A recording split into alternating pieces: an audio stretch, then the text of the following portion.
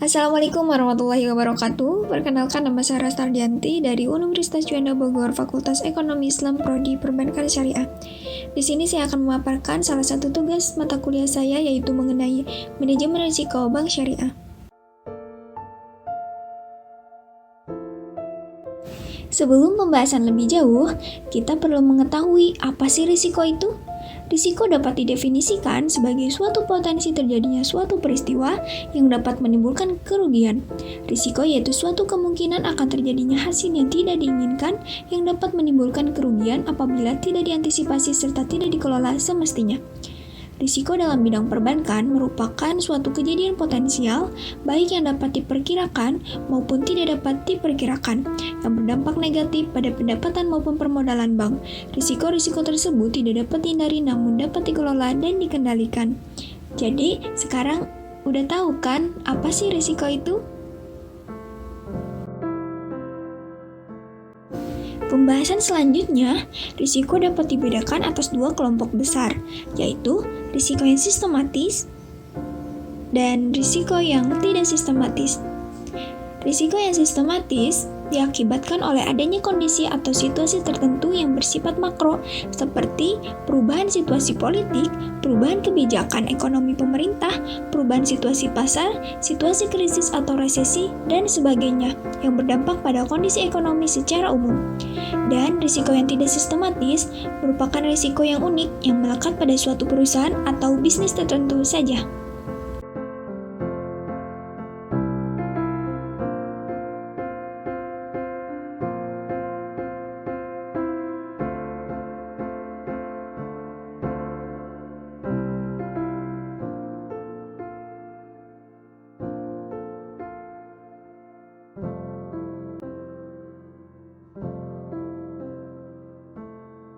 Adapun macam-macam risiko yang dihadapi oleh bank. Ada risiko kredit, risiko pasar, risiko operasional, risiko likuiditas, risiko kepatuhan, risiko reputasi, risiko strategik, risiko imbal hasil, risiko investasi, serta risiko hukum. Secara umum, risiko yang dihadapi perbankan syariah bisa diklasifikasikan menjadi dua bagian besar, yakni risiko yang sama dengan yang dihadapi bank konvensional dan risiko yang memiliki keunikan tersendiri karena harus mengikuti prinsip-prinsip syariah. Adapun risiko yang sama dengan yang dihadapi bank konvensional diantaranya risiko kredit, risiko pasar, risiko benchmark, risiko operasional, risiko likuiditas, serta risiko hukum. Dan selanjutnya, risiko yang memiliki keunikan tersendiri diantaranya withdrawal risk, fiduciary risk, displaced commercial risk. Risiko unik ini muncul karena isi neraca bank syariah yang berbeda dengan bank konvensional. Dalam hal ini, pola bagi hasil atau profit and loss sharing yang dilakukan bank syariah menambah kemungkinan munculnya risiko-risiko lainnya. Adapun risiko yang dihadapi bank syariah dalam operasional yang terkait dengan produk pembiayaan yang dijalankan oleh bank syariah yaitu meliputi yang pertama ada risiko terkait pembiayaan berbasis Natural Courtesy Contract atau NCC, dan yang kedua risiko terkait pembiayaan berbasis Natural Courtesy Contract atau NUC. Yang dimaksud dengan analisis risiko pembiayaan berbasis Natural Courtesy Contract adalah mengidentifikasi dan menganalisis dampak dari seluruh risiko nasabah sehingga keputusan pembiayaan yang diambil sudah memperhitungkan risiko yang ada dari pembiayaan Natural Courtesy Contract seperti mudharabah, ijaroh mutaibit tamlik, salam, dan istisna. Adapun penilaian risiko ini mencakup dua aspek, yaitu default risk serta recovery risk. Dan selanjutnya, yang dimaksud dengan analisis risiko terkait pembiayaan berbasis Natural Courtesy Contract adalah mengidentifikasikan dan menganalisis dampak dari seluruh risiko nasabah sehingga keputusan pembiayaan yang diambil sudah memperhitungkan risiko yang ada dari pembiayaan berbasis NUC, seperti mudharabah dan musyarakah. Penilaian risiko ini mencakup 3 aspek, yaitu business risk, circling risk, serta character risk.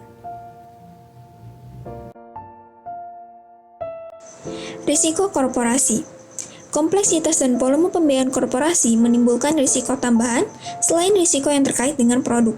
Analisis risiko yang terkait dengan pembiayaan korporasi meliputi yang pertama ada risiko yang timbul dari perubahan kondisi bisnis nasabah setelah pencairan pembiayaan. Terdapat setidaknya 3 risiko yang dapat timbul dari perubahan kondisi bisnis nasabah setelah pencairan pembiayaan, yaitu ada overtrading, terjadi ketika nasabah mengembangkan volume bisnis yang besar dengan dukungan modal yang kecil. Keadaan ini akan menimbulkan krisis cash flow.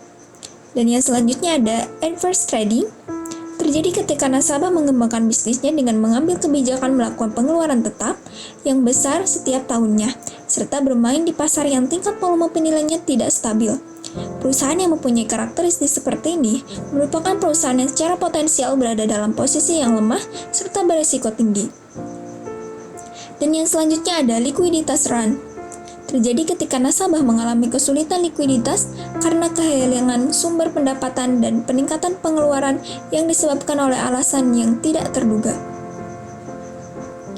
Dan yang kedua ada risiko yang timbul dari komitmen kapital yang berlebihan. Sebuah perusahaan mungkin saja mengambil komitmen kapital yang berlebihan dan menandatangani kontrak untuk pengeluaran berskala besar. Apabila tidak mampu untuk menghargai komitmennya, bank dapat dipaksa untuk dilikuidasi. Dan yang ketiga ada risiko yang timbul dari lemahnya analisis bank.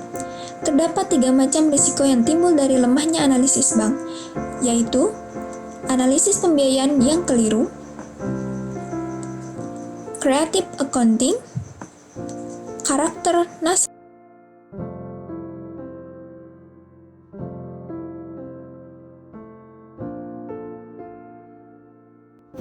Dampak dari risiko yang dihadapi bank syariah.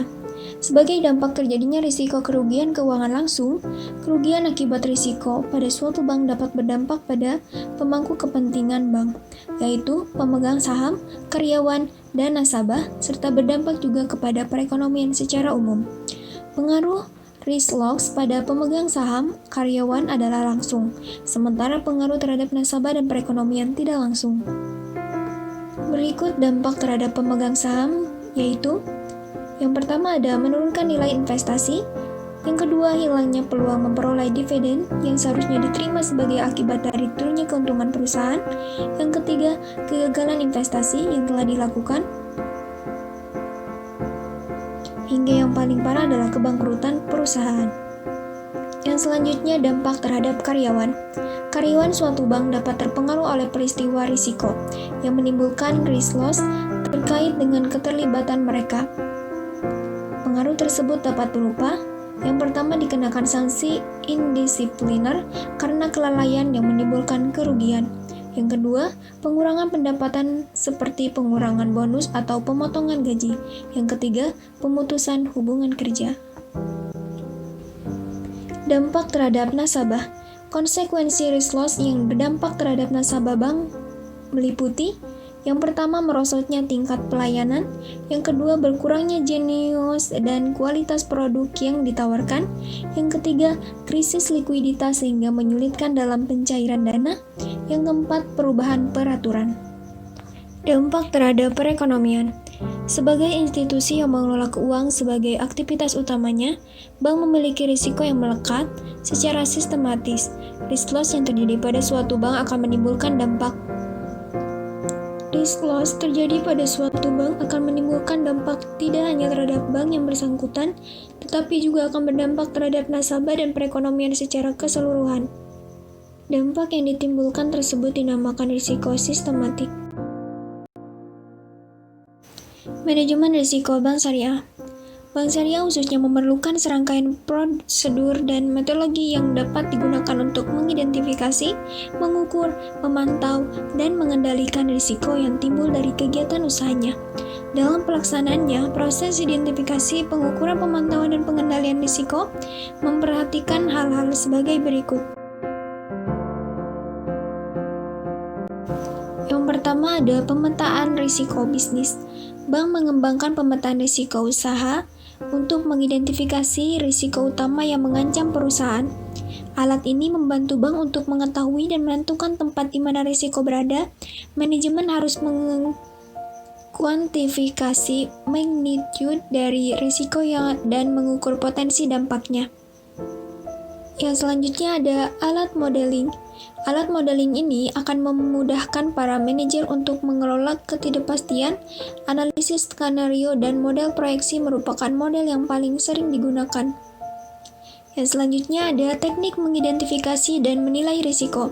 Kelompok teknik ini akan membantu manajemen dalam hal menetapkan fokus atau memberikan perhatian dan mengakomodasi seluruh kegiatan pengelolaan risiko. Peran internet atau intranet. Pemakaian internet atau intranet semakin meningkat dalam mengelola risiko. Alat ini digunakan untuk mempromosikan kewaspadaan dan mengelola risiko, untuk mendapatkan informasi mengenai risiko untuk area tertentu, berkomunikasi dengan pegawai, berbagai informasi mengenai manajemen risiko dengan bank lain, dan mengkomunikasikan tujuan manajemen risiko bank kepada publik.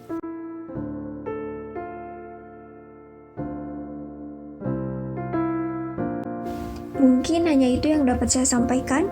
Kurang lebihnya mohon maaf. Wabillahi taufiq wal hidayah. Wassalamualaikum warahmatullahi wabarakatuh.